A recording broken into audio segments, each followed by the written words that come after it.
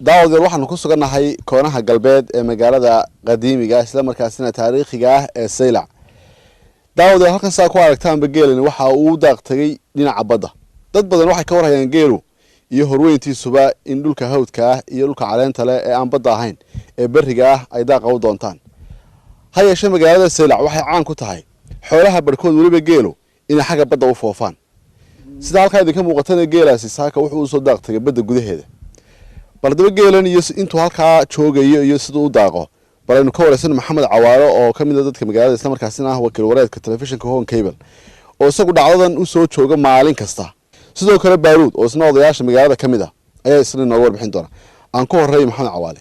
geelani inagoo arkayno badii galay halkaas uu daaq tagay. xoolahan waxa lagu yaqaan inay sida caadiga bariga ay u daaq tagaan. maxay tahay mucjisada ku duugan in geelani uu biyahan dhaxmaro oo deetana badda u daaqto? cabshikuro horta waa su'aal wanaagsan.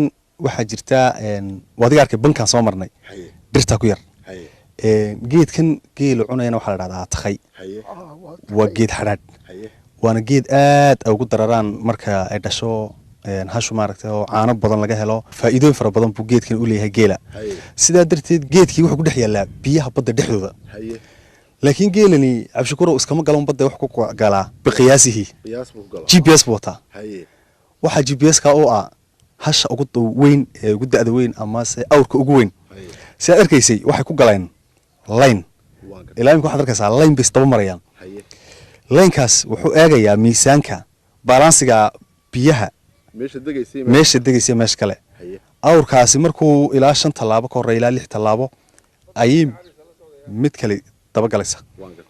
sidaas ku galayaan dhamaantood.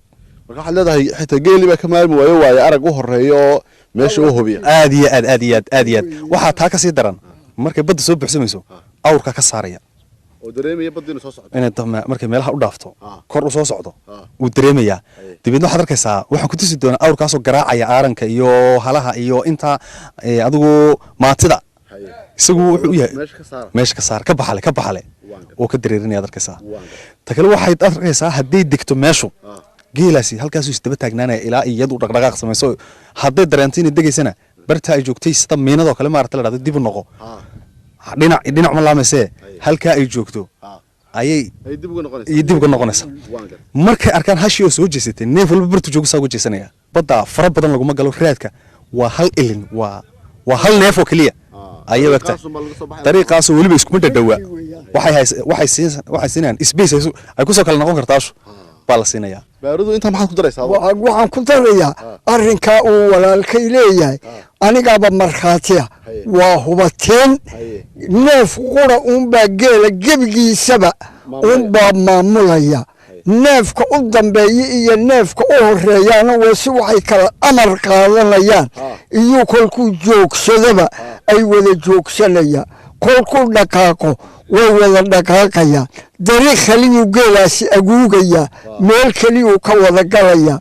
kolkuu awrku halkaa dareemo hashu ay dareento way isi soo rogaysaa. geelina wuu is wada rogayaa.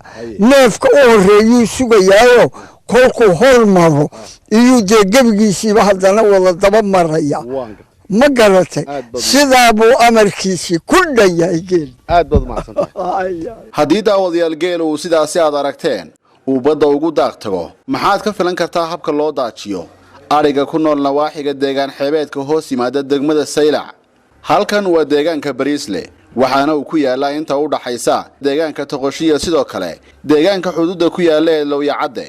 waxaanu halkaasi ku aragnay jees halkaasi degan oo qayb ka mid ah ariga gaar ahaan maqasho ay saaran tahay geed ku yaala kambalka gurigaasi.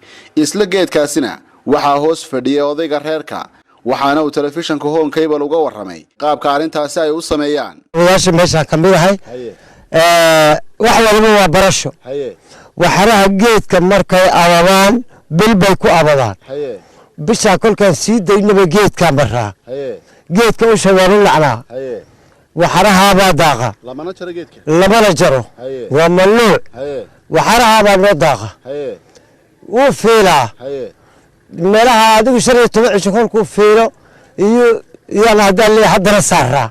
inta kale kuwa kale aan wareejiyaa weysdaba wareeg deegaankan bariislo oo dhan waxaaba sidaaba isticmaalaa dhinaca kale marka laga eegana qaab daaqsimeedkani waxa uu dhiiri gelinayaa ilaalinta deegaanka maadaama dhirta laga ilaalinayo in la jaro dadka deegaankaasi ku dhaqanna ay dhirta aad u tixgeliyaan sababtoo ah waa geedkii berri ay xoolaha saari lahaayeen geed kasta oo la jarana waxa uu uga dhigan yahay inay waayeen dhul daaqsimeed ballaadhan